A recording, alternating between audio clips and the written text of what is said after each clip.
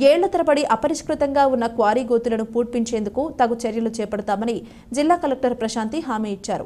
ఈ సమస్యపై చర్చించేందుకు మరోసారి క్వారీ యజమానులతో సమావేశంలో ఏర్పాటు చేయాలని నగరపాలక సంస్థ కమిషనర్ దినేష్ కుమార్ కు సూచించారు. రాజమండ్రి నగరపాలక సంస్థ స్టాండింగ్ కమిటీ మాజీ చైర్మన్ బర్రె కొండబాబు సోమవారం కలెక్టరేట్లో నిర్వహించిన ప్రజా సమస్యల పరిష్కార వేదికలో కలెక్టర్కు క్వారీ గోతుల సమస్యపై వినతిపత్రం సమర్పించారు. ప్రమాదకరంగా మారిన క్వారీ గోతుల్లో నీటిని తోడించి యజమానులు వాటిని పూడ్పించే విధంగా ఆదేశాలు జారీ చేయాలని కోరారు. దీనిపై స్పందించిన కలెక్టర్ ప్రశాంతి మాట్లాడుతూ యజమానులతో మళ్లీ సమావేశం నిర్వహించాలని అక్కడే ఉన్న కమిషనర్ దినేష్ కుమార్ కు సూచించారు. సాధ్యమైనంత త్వరగా సమస్య పరిష్కారానికి కృషి చేస్తామని కొండబాబుకు తెలిపారు. సున్నంబట్టి లేఅవుట్ కమిటీ అధ్యక్షుడు కేవీవీ సత్యనారాయణ, కార్యదర్శి టి బాబురావు, దడాల ప్రకాష్, లోవ ప్రసాద్, గంపల విష్ణు, బూర్తి సత్యబాబు తదితరులు పాల్గొన్నారు. ప్రమాదాలకు గురై చాలామంది చనిపోతూ ఉన్నారన్నది ఎప్పటి నుంచో మేము చేసుకుంటూ వస్తున్న పని. అయితే అక్కడ మాస్టర్ ప్లాన్ రోడ్డు కూడా వేయవలసినటువంటి అవసరం ఉంది. అది కూడా మేము తెలియజేశాం. కలెక్టర్ గారు, మున్సిపల్ కమిషనర్ గారు కూడా ఇక్కడే ఉన్నారు.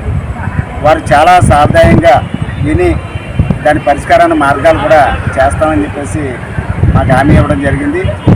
ఆ వానర్స్ని పిలిపించి నీరు బయటకు తోడించేటటువంటి దానికి, చుట్టూ ఫెన్సింగ్ వేయడానికి, ప్రమాదాలు నివారించేటటువంటి విధంగా ఏం చేస్తే బాగుంటుందో చూడమని కూడా కమిషనర్ గారికి కలెక్టర్ గారు చెప్పడం జరిగింది.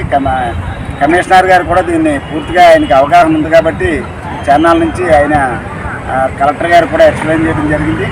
దాంతో ఇలాంటి ఇష్యూ వేరే చోట ఉంటే పరిష్కారం చేసాం, మరి ఇది ఎలా పరిష్కారం చేస్తే బాగుంటుందో చూడండి అని చెప్పేసి అని ముందు అర్జెంటుగా ప్రమాదాలు నివారించే విధంగా చుట్టూ ఫెన్సింగ్గా చేసి కొంచెం ముందే చూడాలి, నీరు తోడించేటటువంటి వ్యవహారం చూడాలని చెప్పేసి మరి కలెక్టర్ గారు కూడా చెప్పడం జరిగింది.